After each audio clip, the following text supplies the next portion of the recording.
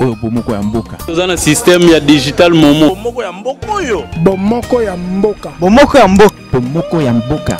Bomoko ya mboka. Bomoko ya mboka. Bomoko ya mboka. Bomoko ya mboka. Bomoko ya mboka. Bomoko ya mboka. Bomoko ya mboka. Bomoko ya mboka. Voilà, bandeko tokutani awa pona peut-être moi échange, c'est vraiment un échange et nous allons voir que les échanges mais filmés yako metako solo la moi likambo oyo zali kambo na evitaki vraiment kokota yango mingi parce que na monaki ampleur ndenge zalaki kozwela ça me faisait quand même mal.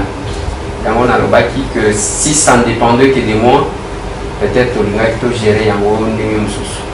Dossier likambo yango tolingi tosolola eza likambo nini bokozwa quand même bozwa mwa temps moke ya koyoka mwa échange oyo moke bolongola nano makanisi ebele na mitu to lokola ndenge nayebisaka bino ke soki oza na mposa kosala bapolémique kende na basite mosusu kende na batélévision mosusu ce qui est sérieux nous concerne olongola quand même makanisi sala nanu olongola makanisi ya oyo eza na mutu na yo omeka koyoka nanu biso lokola mbala liboso oyoka lisolo nini tozobeta lisolo ya Eliane ezali lisolo depuis un certain temps ezali bato basaleli yango babase bakende yango na gauche na droite bato bamati yango même baoyo bakutana na ete balobi tokutani même baoyo bakutana tozomona bacompte na bafacebook est-ce que ezala kaka ya ye Eliane to ezala na baeliane mosusu baza kuna. Nous savons comment les réseaux sociaux sont utilisés par nous Congolais, si je peux dire, pour na baoyo baza trop permanent na ba réseaux sociaux babiso mosusu oyo topublique une fois par an na babiloko na bino Facebook parce que nous estimons que tozala makambo mosusu akosala mais c'est parti dans tous les sens. Bopesa biso mwa litoi tozosolola na ye moko Eliane tovandi na ndako tomoni akoti ye moko te tozomona couple mibale ya bana mike te ya mikolo nalingi biso na bino to échanger ntango tozo échanger awa bino mpe bozo échanger tolongola mwa subjectivité tokende quand même na makambo mosusu. Eliane Boni ça va. Ouais. Oh, banani na bango. Na Babotinanga et aussi les beaux-parents. Na bien tel. Na Babotinanga et aussi mes beaux-parents.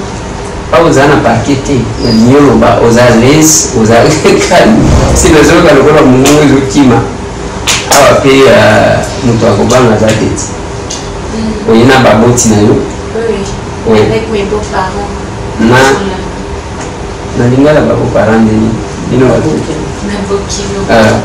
babokilo na yo c'est-à-dire quoi babokilo na yo c'est-à-dire beaux-parents babokilo na mobali. Tiko mobali.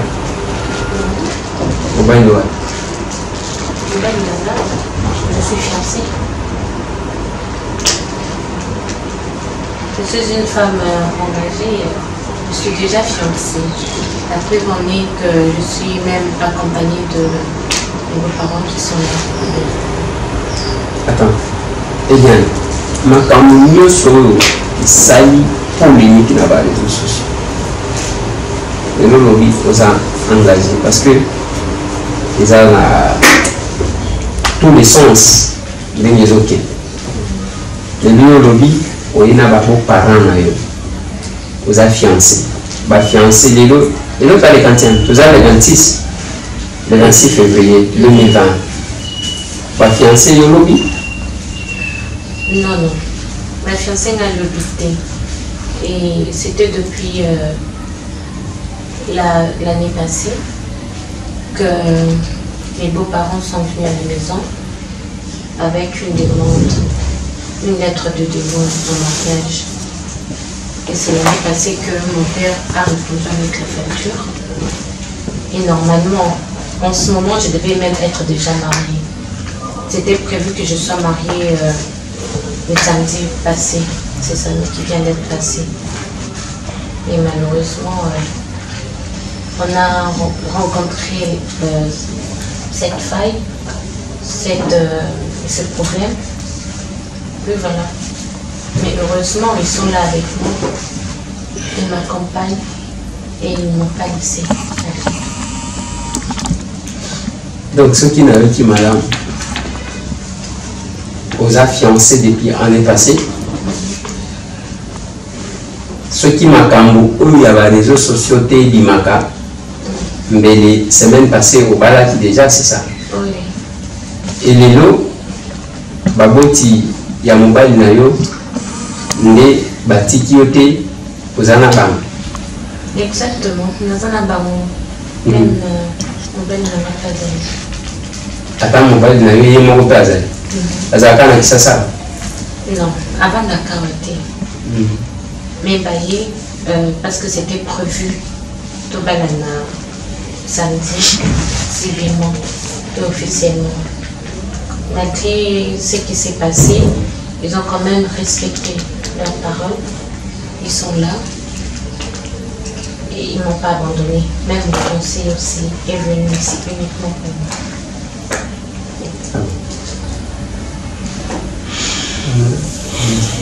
Mais dis-moi ce que Eliane, il nous fait des banques sous. Yo zama fiancé depuis l'année passée. C'est comme quand on mission et tout les réseaux sociaux et si pas tout ça là parce que pour le moment à Congo tout le monde veut devenir journaliste. Habiter Moussala moi qui journaliste n'est combien les gens habiter. Et comme quand tu as un téléphone il y a Tiwana ban. Oh là ça dit tout le monde veut devenir ils allaient pas musicien, ils vont comme journaliste, ils allaient pas artiste comédien, ils vont comme journaliste, ils allaient pas politicien, ils vont comme journaliste. Comment on a acha bandikoloba. Mais yo sikoyo ba fiancé yo depuis l'année passée. Oyo mboka otumbela kiangoni pendant ko yebi que yo makamuna yo ceci ozokende na yo. Alors, je ne saurais pas entrer en détail parce que je suis en procès judiciaire, donc je me préserve un peu sur les réponses. Vous avez un procès à retirer plainte. La plainte est toujours là et le procès est toujours en cours. Le procès judiciaire est toujours en cours. Non. Même tout ce qui se passe sur les réseaux sociaux là, je ne connais pas. Bon, Eliane, on a Zomona, les gens ont un téléphone. Namana Eliane, moi, n'a évité ce qui n'a répondu à la huitième colonie pour qu'il y ait un bilon. Na Zomona Kaka, Eliane à Zoloba, Eliane à Zoloba. Donc, et le gars Eliane à Facebook, ils allaient arrêter. Je n'ai même plus de téléphone. Je n'ai même plus de téléphone, je n'accède plus sur internet, ça fait un bon moment. Depuis ma campagne de Bango, ça fait vraiment un bon moment que je ne suis plus sur les réseaux, je n'ai même pas de téléphone. Moi-même aussi, je suis surprise de voir des choses qu'on dit sur moi. Donc, au niveau de votre profil, la publication, tout le monde a Facebook, les a arrêtés. Naïve vient voter, nous avons fait la surprise. Quand on me montre ça, je suis vraiment surprise. Je dis, mais. La photo n'a pas. Mais nous, vous allez reconnaître ta beauté. Je n'ai aucun compte. J'avais un compte. Depuis que le problème a commencé, je n'ai rien commenté là-dessus. Et sur mon seul compte, là, vous allez même voir mes publications derrière 2019, 2016, 2017. S'il y a des publications qui se suivent. Mais sur tout le reste, je suis surprise. On prend mes photos, mes images que j'ai publiées là, commencer à en créer des pages, des comptes, mon nom, juste pour me discréditer. ce qui n'est pas bien, je ne reconnais pas et je n'ai même pas essayé de tirer ma tête. Je suis en procès judiciaire, voilà. Je n'ai conversé avec personne. Je suis en procès judiciaire. Donc, on peut retenir que nous s'autorité à que pour retirer plainte, pour le famille, les aides de Kouta, c'est ça? Les aides de Kouta, c'est fondé. Les aides, au fait, il y a le Kouta, ce n'est pas fondé à l'Égyptien. Les aides de Kouta, je ne connais pas ses comptes. Je n'ai jamais déclaré quelque chose sur Facebook. Depuis que tout ça est sorti, je n'ai plus jamais fait quelque chose sur Facebook, ni dans les réseaux sociaux, je ne connais pas. Ok. Mais, Eliane, il m'a dit que, apparemment, vous avez, moi, mon cours, il y a un peu de ça, au lieu qu'on gagne ça comme un pasteur, ils ont gagné dans tous les sens. Ah, ouais, j'avais dit que, au long de qu'on a pas Kabundu Alès ça n'a vie l'eau. Il y a un problème, il n'y a pas pasteur, il bénit. Si vous au long de ça, il y a un pour que ne peut pas coller, vous aurez. Parce que il y a un autre deux, il y a un autre salami. Ok, vous salami n'est pas wallis. Déjà, je ne suis pas une fille à problème. Dans un fille où il y a un problème, j'évite le problème. Mais si je suis arrivée chez Papa Walisa, c'est parce que j'ai été conseillée par ma belle-mère. Elle m'a produit beaucoup de conseils. Moi, je ne croyais plus au pasteur. Je ne croyais plus au pasteur pour l'époque que j'ai reçu. Mais suite à ces bons conseils que je lui ai laissés de sa part, elle m'a dit, ma fille, tu dois passer par une délivrance. J'ai hésité pour la première fois. La deuxième fois, j'ai laissé parce que pour moi, je disais que je ne veux pas. Alors après, j'ai eu une conviction. J'ai été accompagnée de ma mère, de ma belle-mère aussi, quand elle est arrivée en France, dans l'église de Papa Walisa. Mais je ne l'avais pas vue là. Alors du coup, moi je suis fière d'être passée par là. J'ai reçu ma délivrance et mes soutiens en prière, ça m'aide vraiment beaucoup. Ça m'aide vraiment beaucoup ces prières. Je me suis vraiment reconnaissant. Ce n'est pas que je suis venue pour des problèmes. Non, je suis venue pour sauver.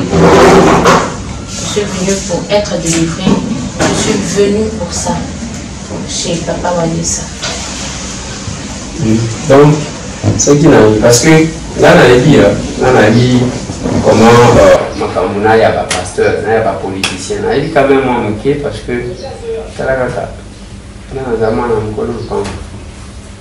nayebi mandu ke bima pasteur azotinda moninga bandi ya mère armée bakende ko éliminer moninga. Donc nous savons ça, c'est la même chose en politique. Tous en a créateur ya ba suicidaire na makambo ya nzambe la même chose. Mais en quittant tangu ngai tangu na monio que ok pa walesa na luisa ye sikoyo kolongwa na nzoto ya Eliane eke kolata kabundu walesa ke voilà ye mutu peut-être azalaki ye mutu alingi ye mutu a récupérer bon maman bokilo na leo ya bandi mwete mama oyo nani Chosia mwana mwana. Comment on Ben. Ben. Ben. Ben. Yes. Ben dans la carte. Photo. Photo kako ya manito. Oh. Ye. Bino boyebi ki aza fiancé na ndenge bino ne bolingela ki mwasi ou bien yenda lingaki mwasi aye ko présenter bino mwasi. Bon. Il faut que Eliane. Alors, dans un papa en France, moi, à l'Ipsibiso, et Ezaki a commencé la période à s'engager. Alors, à l'ébissi que naza na fille moko ayaki vacances awa bakutanaka na ye batikalaki bami bazosolola tout ça en attendant à étudier bazala vraiment bayebana bien ndenge tokei na papa mwana ayebisi biso ke naza na fille moko nazolinga ye makasi na koprésente vini fille wana après abimisi bafoto na ye alakisi biso biso mpe tosepelaki na mwana mwasi après directement abengi mwana mwasi na présence na biso tosomoli na ye ndenge wana papa tozwi avion toye na Kinshasa toye na Kinshasa tokei na famille ya mwana mwasi tokuti mama na ye na papa na ye oyo ozo tokendeli kuna papa na ye na mama na ye bao wapi papa Daf na mama Rachel bao bafani na mwana mwasi ezalaki année passée na juin nde tokei epa na bango naza mpe na bafoto jo tokendaki epa na bango alors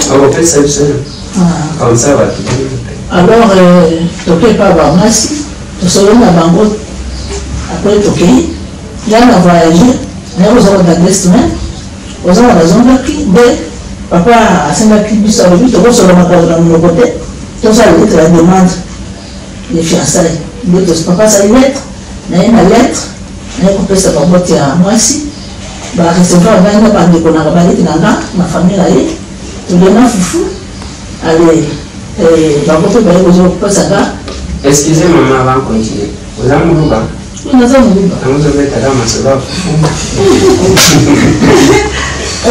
alors après papa ye mpe kopesa nga liste naye na liste apesi papa tokomi kosala programme ya mariage normalement elingaki eleka samedi passé donc nde tosombaki déjà babillet nde tolobi na makambo ekoleka nyonso na se tokomaka sur place to akompagne bango na situation tokutaki wana nde toyaki na papa toza toujours ensemble nde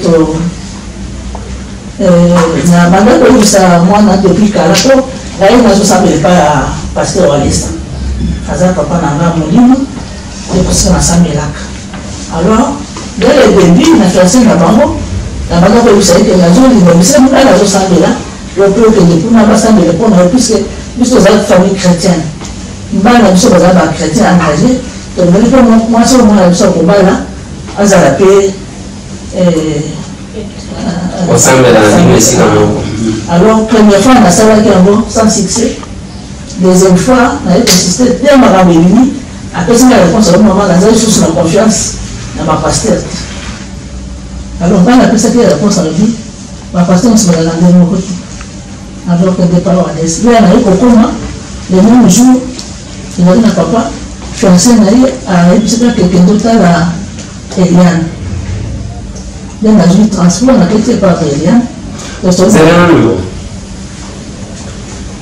ntango okomi na Kinshasa wana baproblème esi ebanditi mais mobali na ye fiancé na ye alobi na yo ke maman kende okutana na Eliane po biso tokomaki avant fiancé na ye kende otala Eliane nde nakei nakotika na papa na mama na Eliane tosoli na bango na revenu lisusu le problème ya okende prière ntango Eliane amoni wana kamwe parce que na balokambo ezalaki na se akanisaki lisusu ke azalaki lisusu na espoir te ke fiançango ben olobi ben nani kongo ezaka ben nani ngai naza eliezer tambo comme aiden bato sikokona papa otali nani papa azalaki kofinelo etongeni alors nde nakei nazwi na ye rendez-vous puisque ezalaka baprière ya chaque mardi vendredi mpona kosambela mpona bato nde namemi ye nayebisi ete okutana epa walesi puisque ngai mpe nazalaki na programme po nde ayaki masambeli ye c'est ça donc kokoma azokomi pa walesa nde yango wana mama nalingi okolimbisanga parce que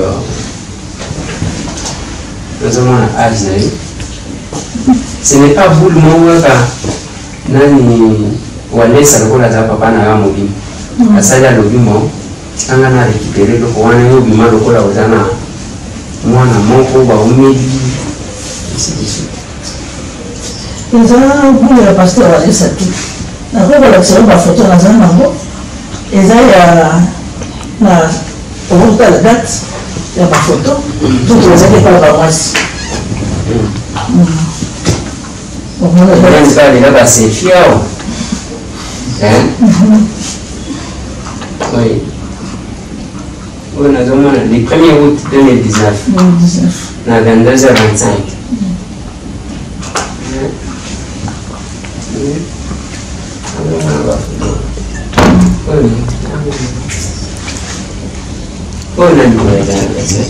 wana leki na ngai ya mwasi mama Brigitte azali mpe awa aza mpe na kitasa ok lobana yo mama awa mobibi eliane siko azobetaka baselfi awa nde bozolia fufu wana oyo tozolia fufu wana ngai paseri paster walesa ayembaki likambo oyo te ke nde nayaki awa nabitalaki likambo wana puiske nayaki deuxième voyage na ngai ezali mpona T3 nayaki mpona priere ezalaki mpona ya triomphal après triomphal nde nasisi makambo ya triomphal nde nakei koatambe makambo ya Eliane. C'est après tu vas faire passer en voyage après on va plus à ma place en voyage avec côté. Alors na cause on a on na sola qui cambonaye aza papa para otoza na awa na papa junior. Nous va ça de aza bien bailler cambone mais on est ça ba qui à côté que voilà on a donné na andele la makambo ya wale ça za puis tellement que je connais mon pasteur pour que français va asadi cambone. Na tuni tuna wanaweza kwamba te mama papa wazani lo wabaki yende papa ya gani gande papa ya bet yobe usambela ngepa walesa naza epa walesa walesa kaza moko na ebi depuis mjimayo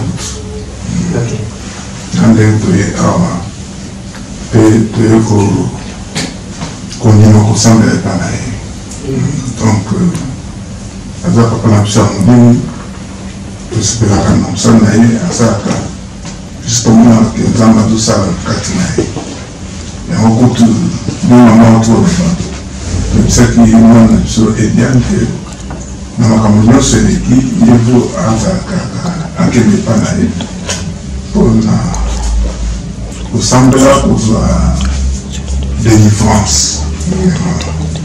même mobali na ye ndenge mama alobaki alekea mama alobaki ke mobali ya Eliane alobaki ke aleka soki aye awa aleka komona Eliane eza kaka recommandation kaka moko wana mobali na ye mpe alobaki yebisa ye aleka déjà asonaki na ye mokuma mwasi nde ayebisa mpe mama ke yebisa ye aleka awa epawalesa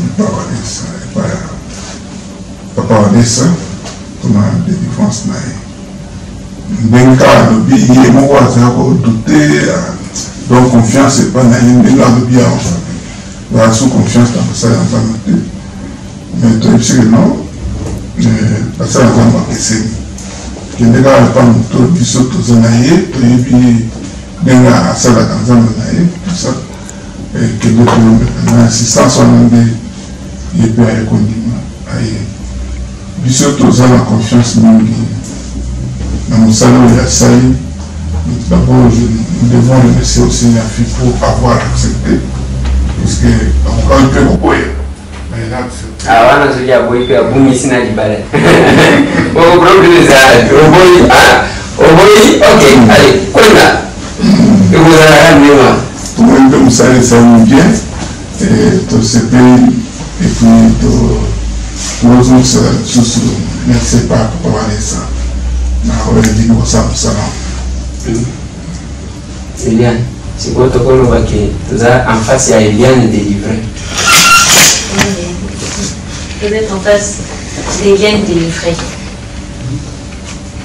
Ce qui est bien délivré, il fallait que tu t'approches de ce qui va délivrer, il peut délivrer tout. La justice. C'est la justice. Ah. Ok. Eliane, là, nous avons la place parce que pas juste ça, on va répondre, répondre. Yo nous avons fiancé là. Pas ma cambo et yo obéissez la nuit. Oui, et d'ailleurs, bateau et bébé. Depuis que ma cambo est dit, les gens font allusion à deux choses.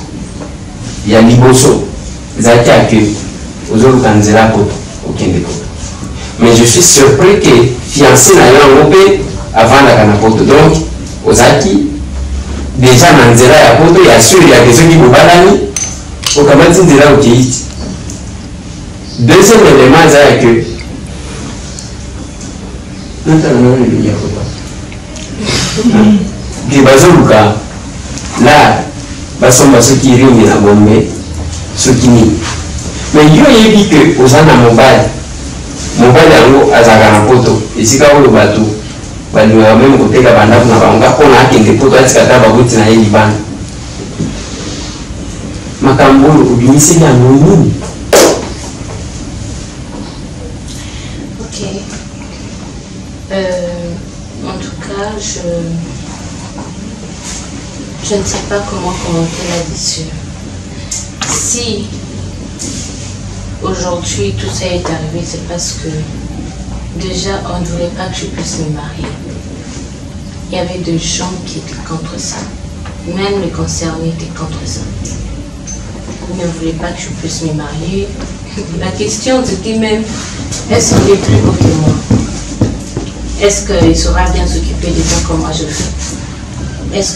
Alors que il n'y avait plus rien entre lui et moi, j'étais surpris. Il est allé encore plus loin en disant, s'il vient ici, je vais lui raconter toute notre histoire. J'étais choquée. Ça m'avait surpris, ça m'avait bouleversée. J'ai dit, qu'est-ce qui se passe? Tout le monde ne voulait pas que je me marie. Si personne ne savait, aujourd'hui je serais mariée. Mais comme j'étais allée en parler, aujourd'hui je suis convaincue, mon mari est convaincu, gloire à Dieu. Les beaux-parents sont là, je n'ai pas perdu mon nom, il est là. Alors, il y avait toujours une chaleur en moi qui montait tout le temps pour que je parle. C'était plus fort que moi, je ne sais pas expliquer ça. Mais je ne m'attendais pas à ce que ça puisse avoir cette ampleur et arriver là où nous en sommes aujourd'hui. Est-ce que avant que Makamboza ait connu dans le public, Okendaka Osololango na fiancé na yo ou bien fiancé na yo Azala qui surpris na ngoka lokola bato nyonso sur les réseaux sociaux? Azala qui surpris parce que je n'alingaki kobala te na fardeau. Je ne voulais pas nakota na libala na mobali na lingi que nazala na poids mon corps sur moi. Je ne voulais pas. Et quand j'ai vu que je ne pouvais pas, je suis allée en parler. Je suis allée me repentir, tout raconter à mon homme, à ma fiancée. Il était... Yomoko ok. Pour expliquer à Nani, fiancée Nani, c'est ça? Oui, je lui ai parlé de l'histoire, je lui ai parlé de tout. Je lui ai parlé de tout. Et tant qu'on dit Nani, il y a le... C'était pas facile d'abord pour digérer, ça je dois dire.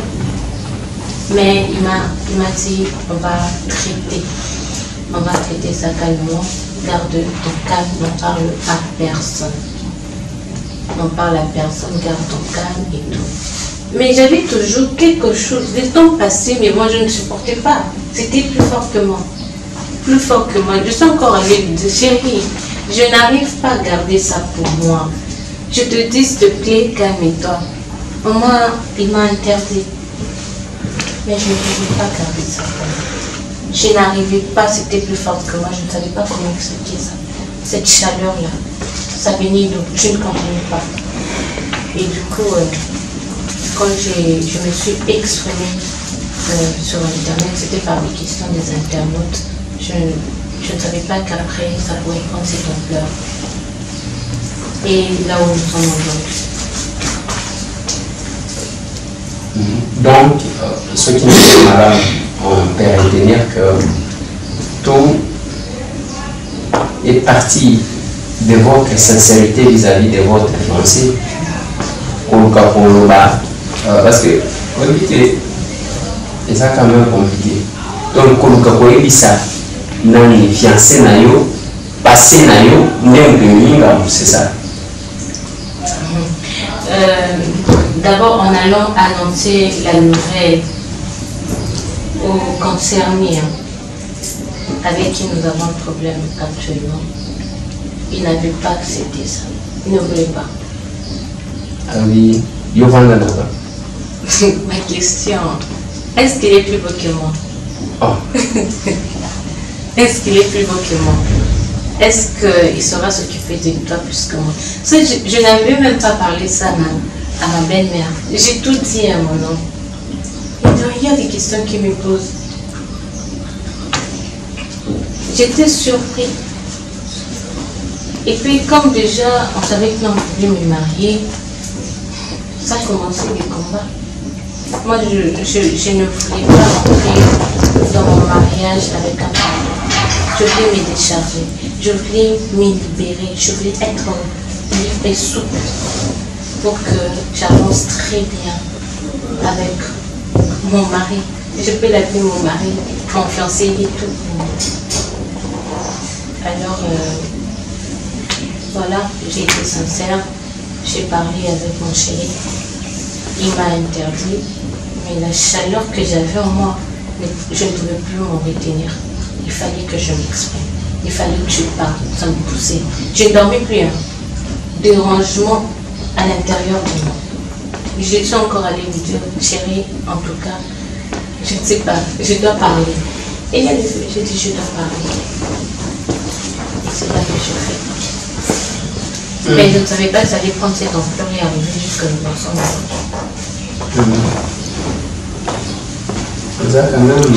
C'est parce que pendant mon travail, dès que je t'aime, c'est après obtenir. Parce que c'est comme si Banda va voter donc c'est quand même compliqué. Mais ceux qui ont le biais,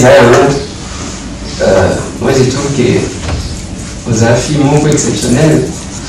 C'est pas facile à moi c'est à vous fiancé avec bon j'entretenais une relation telle dans tout beau. Et puis je dois encore féliciter aussi fiancé naïf parce que voilà mon beaucoup de l'accord bambata et puis ceux qui ont donc pas tout et donc en réalité ils sont dans mon mot on doit aligner vérité elle mot on doit aligner vérité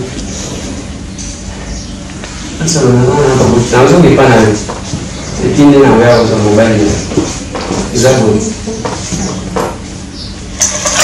J'ai oublié un aspect, pardon.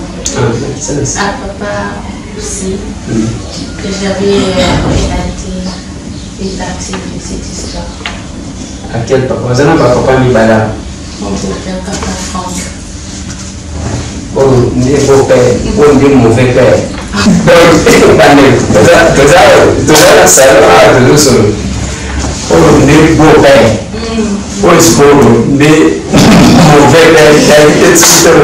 pères, parce que ceux qui ont ça beau, bon wana ya bote soki oyo aza ya bo ya bote makambo balobaki yaloba yango neti eske azali kitoko lokolanga zalaki te soki okuti mwana mobali abandi komoni na kitoko nakokoma te neti makambo nyonso oyebisa te beau-père oyebisa mo beau-père te wana olobi ndete na vanda na ye bon nde yango ndingaka kobakisa parce que biloko ezotalaka lokola ya filme boyene na papa na mama papa osiliki papa lobi papa kabela motema quelque part kote mosusu mpe yo mpe bakobenga yo opere bakobenga yo mpe popere wana siko nde kokoma kogala sikoyo bon bino bana bino nga nazomona commentaire ebele te nayebi te soki ozali eloko kaka kya koloba eloko na lingi oloba toyekama motu neti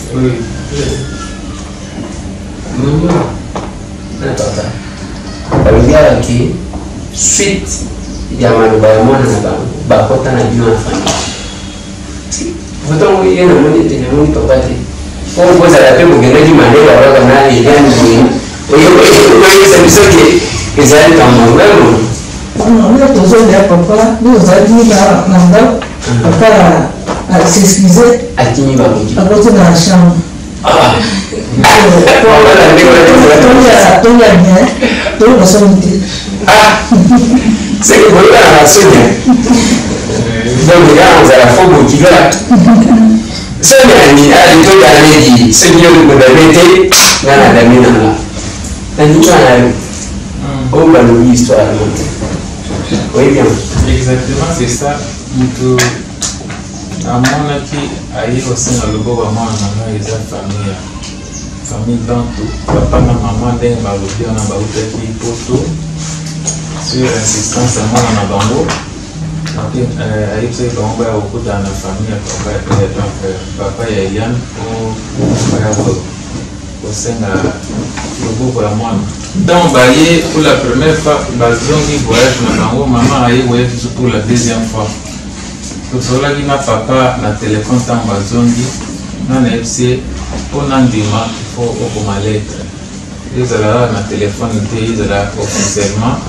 lettre comme ça nde naoyebaki makambo bozoloba eza ya siri nde yango ntango mama aye kozonga pour la deuxième fois ayaki na nini ya convention ya triomphale nde amemeli nga mokanda yango nga mpe nasalaki effort na répondre bana kozalaki makambo oyo osalema ndenge bapesaki programme na mois de février malheureusement makambo oyo nyonso eye kopreverse programme yo nde peut-être osalisi makambo nyonso oyo papa po bino bakopa mosusu oyo bamauvais père ere moko kozalaka lokola kozala na kindoki ya koloka bana na bino moko peut-être ke osengaki bango facture ya koleka depuis bakendaki opompe otie sikoyo liste bozombelanga ngombe 23 bozombelanga boyeboye bato bake libe aforce ya koumela makambo yekobino ekozalaka yo oexageraki parce que bato mosusu bazobalisa te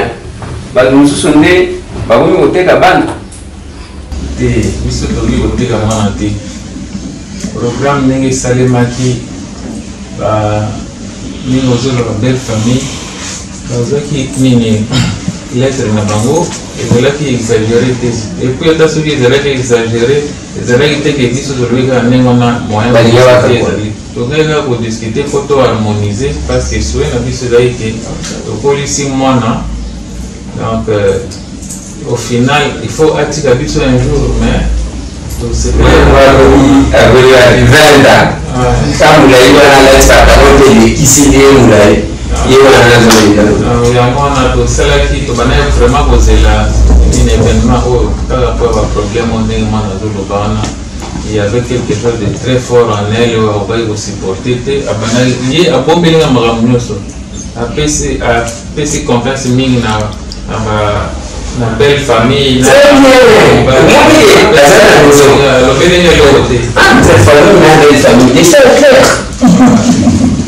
C'est un peu ça la situation. Tu n'es que comme à l'élo. Madame c'est demi banda. Et azoloba.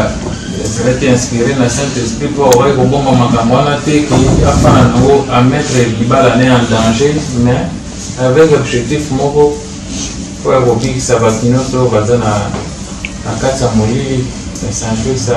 Tel ça intérêt na yemogoti.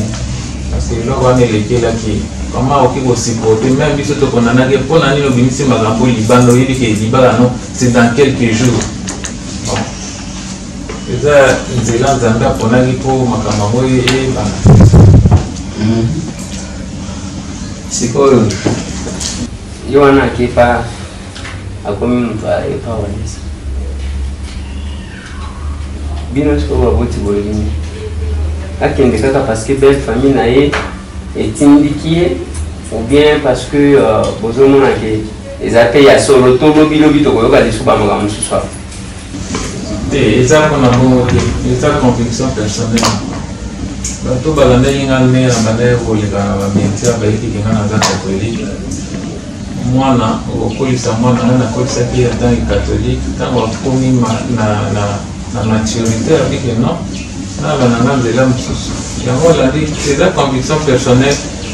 Papa Wally, c'est un homme de Dieu que je respecte beaucoup. Moi, je suis convaincu que ça va délivrer. J'espère que le travail se fait dans le bon sens. On a vraiment commenté la volonté sur les remercier pour moi, on a dit que déjà dans mon banc, il faut vraiment un encadrement spirituel. Pour l'eau et ça, il y a même si on va sacrifier pour y avoir ça, l'eau nous pour les Nzambe mutwasali na kasi na ye. So inaoki koloba eloko ya siku eza pour remercier pasteur Papa Walesa. Asali kwa kodélivrer mwana. Pana yo za catholique. Pana nini ozina kujeleleka obéi te basote isote na mutu makambo sifu. Nzambe mutaza orienter makambo nyonso. Ceux qui ont sepelé les gens qui les ont partout, ceux qui ont sepelé les gens qui n'est pas Papa Walesa. Papa Walesa est l'homme spirituel, donc il faut lutter. On a tiré sur les donc tout ce qui s'est passé en entretien, maman, les minutes de tourner. La limite. Vous en avez pas obéi. Non, mais il faut obéir ça. Non, il faut obéir. Vous avez confirmé que maman ou avant oui, tout le monde a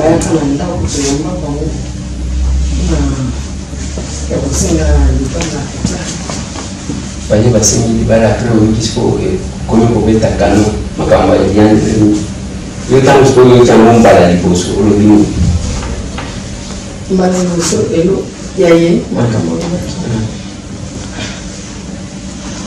sega nzambi ndemona na ya diboso donc la master na azamona na ngai la master na parce que les ana ba maman moko bana na bango diboso ba yoka na gate ba koma ba kola ba mbanda mwana ana komi plus attaché par papa na ye les ana ba mususu nde ba fille donc beta la kati sikoyo ozana catégorie na catégorie ya bomama no mwana ye toza pe baninga toza pembe toza pembe oui toza baninga ya nyonso po toza pesa eza na bude abude ndenge namoni atani na sasa libo ok. Pour nous faire ça, merci. Papa Walesa, Sala, pour la délivrance, il y a ça. Nous, on a dit que nous avons la délivrance. Nos comportements, et puis, nous avons dit que nous avons un comportement changé. Et là, on a changé, il y a pas de problème avec les médias. Ils ont mis. Et ça, délivrance. En tout cas, à ce délivrance, la classe a changé. Il a changé complètement. Eliane a changé.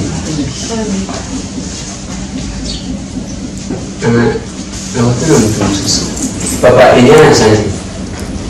On a changé le comportement parce que vous savez même dans le problème, comme si vous êtes aux autres, vous avez senti vraiment que moi, on a vraiment mis dans la carrière, mon voisin nerveux, c'est le mot donc, vous savez, ma classe pour tout assister. Donc, accompagnement spirituel de Papa Wali, ça, on a pensé à un moment, ça a déjà changé. On peut activer. Nous sommes vraiment fiers de ça. Désormais, au bon moment de Papa Wali. Je vais continuer sur mes affermissements, l'entretien spirituel parce que j'ai besoin de ça. J'aime m'attacher à la prière. J'aime ça. Papa, essayez.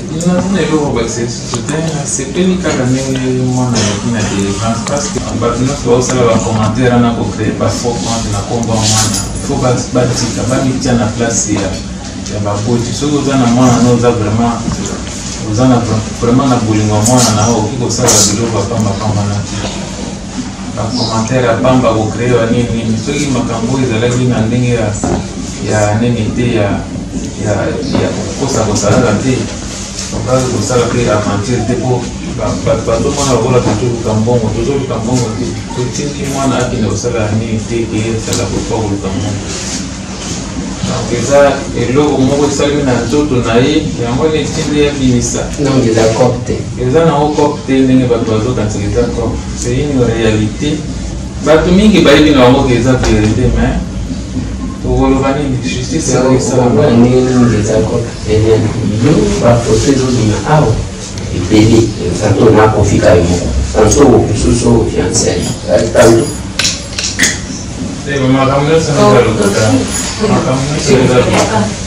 Lui, il ne connaît pas. Et ce que je vois là, c'est pas mon fils. Tout ce qu'on fait là.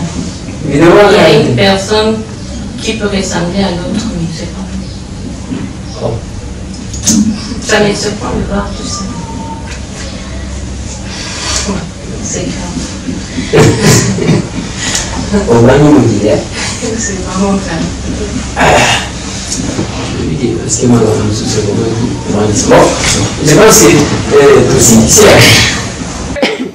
makambo eko bima na délivrance oyo mukolo eko bima eza munduki na ebi que dossier oyo bamusu baza contre bamusu baza pour nga naza na ba polémique wana te mais makambo eko bima na délivrance oyo mukolo eko bimaka soki bao ba délivraki ye bakobomba ngo libela te na ebi munduki oyo ekobeta te ekozala kamata mukolo kamata mwana ekozala kamata mukolo kamata mwana nazoyebisa bino mais wana nga etalinga te l'essentiel eza oyo parce que mutu na mutu aza na angle akosala makambo na ye tosilisi bandeko na ngai ezalaki mwa échange oyo na famille ya Eliane ye moko fiancé na ye et puis baboti ya Eliane na baboti ya Ben qui est le futur époux ya Eliane. Nalingi napesa un peu de précision parce que il y a quelques questions que bato se poser. Ba questions zane nego Eliezer otuni ete toyoka ke bongo Christian azanani ngamo nazo répondre ya ozi place na nazo place te nazo sala kaka analyse ya muki. On n'est pas là pour incriminer qui que ce soit. Makambo Eliane na Moïse Mbi ils a déjà la justice bakende kuna ngana zana temps te ya okota na ba mwa polémique wana je ne suis pas là dedans nazana makambo wana te. Mais j'ai dit une chose, ce qui est loqué dans n'importe quel mariage, ce n'est pas que Eliane aye koloba lelo ke fiancé na ye kombo na ye belle nde koloba ke banda babota ye mobali adraga ye kaka ye moko wana ben. Non. Et ici la question, il y a Kobima que la fille voulait être sincère, c'est que beaucoup de filles ne peuvent pas faire, sauf qui version vous appelez ces ayants. Il y a Olandi fiancé a relaté au passé naïe, a vu à Tiango Penza na mesa, et puis a vu courage à lobby, a qu'il ne voyait bisa, copain naïe a kalaki, papa est ngai na komi kobala, na vie mobile. Ce n'est pas facile. Soit à humilier, à quelqu'un à Zongiboya, quelqu'un à Zongiboya. Selon explication, il y a et mienne. Alors, que nous sommes éliminés parce que le fait que je ne pouvais pas rien cacher à mon mari et encore rien cacher à mon ex, ça, Wana Malobanae, d'ailleurs, il y a étincelle pour lui. Mais ce qui est ok, ba mariage news ezaka na nzembo batya ngana ipa makambo ba musicien okoloka bazolo ba ndemo ngo bakutsaka nango ba marié na ba mariage presque news ezaka ki fiancé ya liboso akenda soki wapi fiancé ya mibale akenda soki wapi oyo na zili loyo ndabimi liboso ya baboti liboso ya nzambe liboso ya leta ndeko boyema kabobina kati bino batwango bina ngai tambu boji bona na video na zobina na bina kana ngate natala kaba ndenge wazobina mukolo tokobina ba na éviter nda avantage pe Félix azana ce qui azala mutu bina bina mati ba misele video kabaka tamo azokata danse ndé il faut pas voir ba makambo ndinga kosa.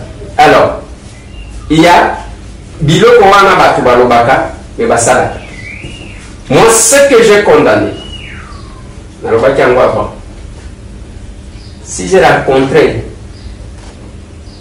la fille avant ma camouneuse, il fallait la protéger, tout simplement. On n'a pas besoin de ça la buzz sur la vie. Elle n'a que 20 ans. 20 ans, à cause de la âge à moi, à cause de la âge à moi, à cause de la leki, ainsi de suite. Le fait qu'il y a exposé, c'est ce que moi, tant que j'ai condamné. La personne a un exemple. On a arrêté un pasteur au Canada, un Congolais. On protégeait les visages. Même à visage ouvert, parce que les alliés aussi Iban. Mais sinon, Makamouza est belé au Géraka, et que nous devons quand même préserver. Les privés, on les traite dans les privés. C'est un peu ça. Avec moins précision, Anna, Tolingi, pour retenir, mais ce que vous devez retenir, Namalobaya Eliane, la plainte n'a pas été retirée, l'action en justice est continuée, mais place à Zali Zandé que sur base d'un conseil, il y a belle famille naïe, accueilli et pas Wanessa. Et c'est là qu'on a prié pour elle, parce que pour elle, il y avait un debout général et total. Il y avait ça Nanzam. Depuis qu'elle a connu les problèmes qu'elle a connus, on les a malobanaï, les a malobaya, mais c'est embouté. Et quelle que soit turbulence, c'est là que je félicite son fiancé parce que, bon, il y a un peu de mal à la bateau. Ce qui se trouve au lingo na yo, les akana ou le bateau va se payer la cana. En quoi est-ce que yo linga amour pour les abattus? Donc, c'est un amour ordinaire. La précision, là où je félicite Ben, il faut féliciter Ben, parce que ce n'est pas facile pour un homme. Je parle du jeune homme. Il n'y a que Moutou Azwa. À propos, il y a Moutou. Il a limite pour passer toute sa vie. Parce que on déplace pays à accomplir ce qu'on dit, c'est pour les meilleurs et pour les pires. Les lots, on dit, n'habitez ceux qui ont payé, ils allaient il y a ben et d'azur qui dit quand le vol a eu l'ingénieur pour vendre ou bien l'ingénieur. Allons, on va te divorcer et te cabouane. Des fois aussi, c'est un peu ça. C'est un métier que je trouve exceptionnel parce que Azara Moutema Mounen, Yamoulaï, et qu'il a vraiment un amour sincère vis-à-vis de nous. Ce que vous avez kata, moi, je suis la fidélité à Ben, mais Azaka même, un mari à respecter. Un monsieur à respecter et aussi beaucoup plus respecter sa famille. Et parce que famille, c'est tout compliqué. Biloko ya balimela à cause de la décision que les gens m'ont et aussi remercier, je suis trop sûr que Nakati Wana, il y a toujours là l'encadrement, il y a pasteur parce que mon père qui est là, mon tour qui est là, collègue Batunio, c'est pasteur. Merci Bandeko, nous avons dit que c'est une précision qui met quand même fin à la polémique et délibérée. Oyo, biso tokozongi la discuter, mais sachez que la justice fait son travail et place Bazali et que ce que mon Eliane, heureusement le week-end, Bazali sous un téléphone, c'est quoi? Ben à moi sur la gana. Beaucoup d'exercices. Beaucoup d'exercices. Au Kangani, vous en avez un. Oui. Ouais, mais karaté. Je l'aime beaucoup. J'ai la tête. Est-ce que vous avez le numéro à mon Bien sûr. Ah, donc, alors, c'est un peu ça. Avant dit, c'est cette précision-là que nous avons.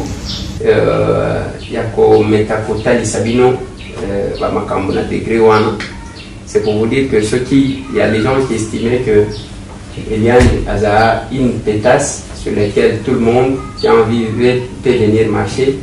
Retenez qu'il y a son fiancé qui s'appelle M. Ben. Oyo, Balingana Kilipi, on est passé avant que Makambo, Oyo et Bima. Ok, merci. C'est moi qui n'ai pas la science. Merci. Oyo bomoko ya mboka. Dans un système ya digital momo. Bomoko ya mboko yo. Bomoko ya mboka. Bomoko ya mboka. Bomoko ya mboka. Bomoko ya mboka. Bomoko ya mboka. Bomoko ya mboka. Bomoko ya mboka. Bomoko ya mboka. Bomoko ya mboka. Bomoko ya mboka.